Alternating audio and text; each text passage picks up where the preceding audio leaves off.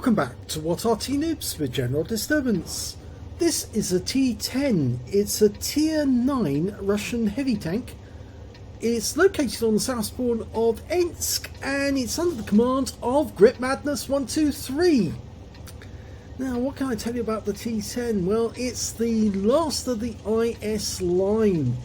It was originally going to be called the IS-8, then the IS-9, and finally it was accepted into production as the IS-10 before being converted to the T-10 in the de-Stalinization period that happened after Stalin died in 1953. They designed it from 1948 to 1952, and during 1953 to 1966 they built 1,439 of them. They were so good that they were still in service in 1996. Okay, well, he's moving into battle. It was a bit late to wake up, but I think that may have been him loading in a bit late. You could say the T-10 in many ways is similar to the IS-3. It's longer, it's got better mobility, it's got a sloped front, but it's not a piked nose, as you can see. Well, sort of a piked nose. It's kind of straight across, but it is a piked nose actually.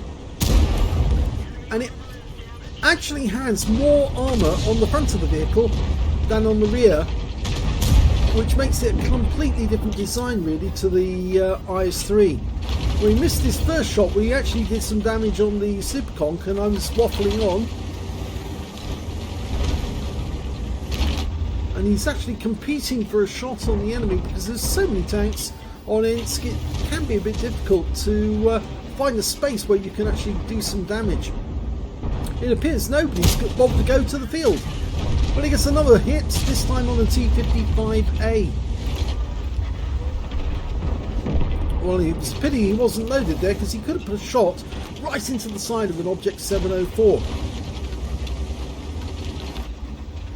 Well, apart from actually being longer than an IS-3, it's actually got a better gun. It's got a longer turret, improved diesel engine, which is producing 750 horsepower from a 12-cylinder diesel. And it's also got increased armour, as I said, and a fume extractor, which actually helps the crew. But it was also one of the first few tanks that they were actually considering putting a gas turbine engine into. In fact, it was the Object Treble 7 that version 2, which is the one that they also considered putting a gas turbine into, and that was a derivation of this tank, the T-10.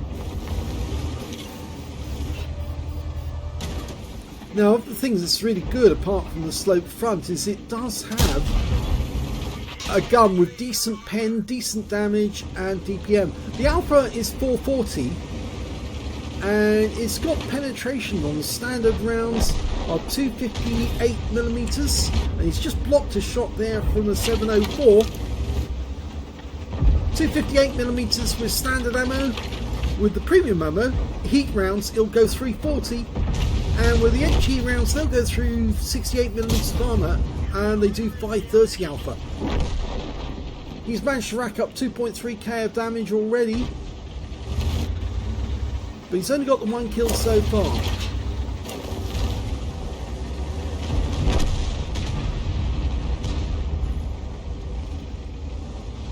Okay, who's next? T-10's just bit the dust. These tanks are vulnerable if you can hit them in the weak spots. Ideally, you don't want the enemy to get a shot at your rear. 704, he's out the game. He's gone. That's his second kill. Okay, we've got another enemy tank over there. I'm not sure who it is actually. There's a Heshbon over there. He doesn't want to tangle with that one, but it's a T-95 between him and them.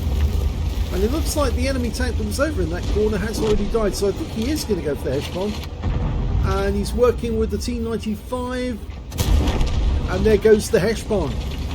He double tanked. Okay, who have we got here? It's a Yag Tiger. Ah, this was the guy we saw a little earlier. And one of the enemy tanks, the 263, has actually managed to get in behind us. And the enemy Arty is now trying to dash away. It's a backchat 155.55. Well, you can see that Brit Madness has actually pulled back quite a long way to see what's going on, to get a good situational awareness. And I think that 263 is in a bit of a problem, really, because he has now got 3 enemy tanks going after him, but we've got a tank of our own, an IS-7 wreck, in the way. And I have the feeling Brit Madness is going to have to go round if he wants to get at that 263. Yeah, past the wreck of the enemy 704. Or is he going to take down this Yak Tiger? The T-95's going in there to try and deal with the guy. Okay, the Yak Tiger's just around the corner. But he can't get the kill because the T-95's already got it. That means there's only 3 enemies left. The Arty and the Object 263. And I think he's leaving the 263 to 3 tanks all around him. And unfortunately, one of them, the 704, got wiped out. So that just leaves the Conway and the Heshbon. But he's found the Arty. There's the backchat 155.55. The GW E100 is off in the distance. Hello! Oh, big hit, but not enough to kill him. 310.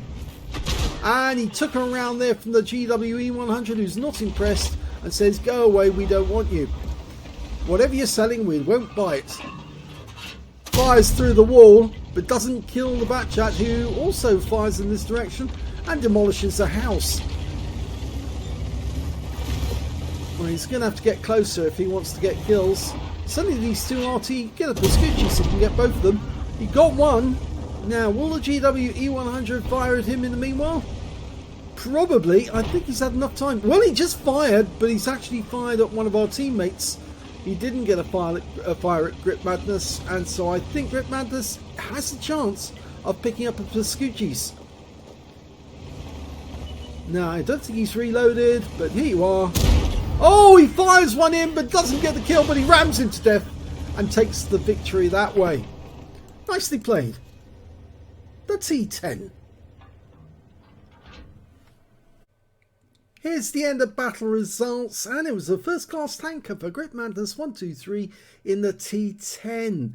He managed to get a fighter advantage for getting at least 4 kills. He ended up with 5. That's 1/3 of the enemy team and just 1 short of getting a Top Gun.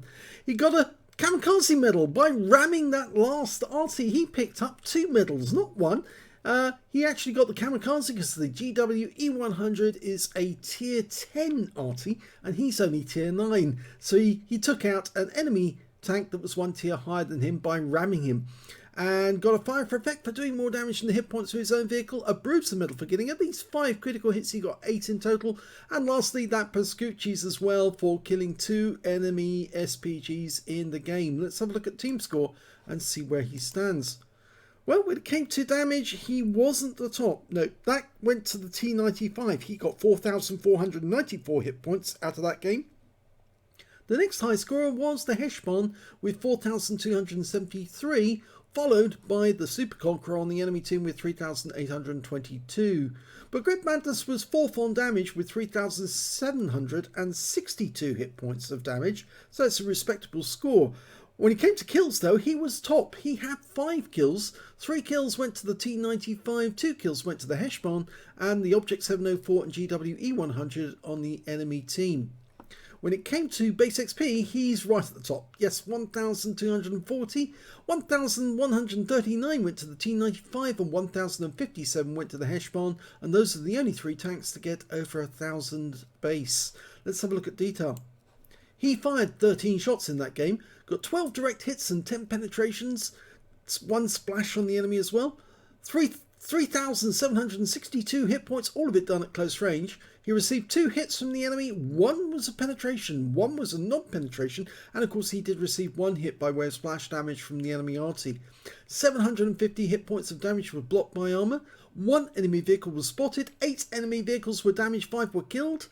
And yes, this is where it gets confusing. This game is from back in 2019, and back then I'm afraid the replay site threw a bit of a wobbly on this particular client, and it put the figures in the wrong boxes. The true amount earned for the battle was 37,802 credits. He got 28,352 for completing a mission and events, and his total came to 66,154. After repairs, ammunition, resupply and consumables, he took away a profit of 43,892 credits on a premium account. Yes, I know it's in the wrong column, but trust me, those are the correct figures. He also managed to get one bond out of that game, because it was a tier 10 game, and he earned 1,240 times 4 for the first victory, 930 for completing a mission, and I believe the total, if you look all those up, is about just under 6,000 XP. I'll add it up and then put that in the total just below. So, a very decent game in the T-10. It's an interesting tank, actually, because it's not like the IS-3. Slightly better, actually, in many ways. But it's also, well, not quite as good as the Tier 10 Soviet ones. But it is one of the last few main battle tanks that, well, not main battle tanks, one of the last few heavy tanks that the Soviets designed. It's before they started moving on to the main battle tanks, and that's what I was trying to say. So yes, interesting tank nonetheless. I hope you enjoyed those replays, or this replay. If you did, please give this video a like. Do subscribe to our channel. Leave a little comment down below because it feeds the algorithm.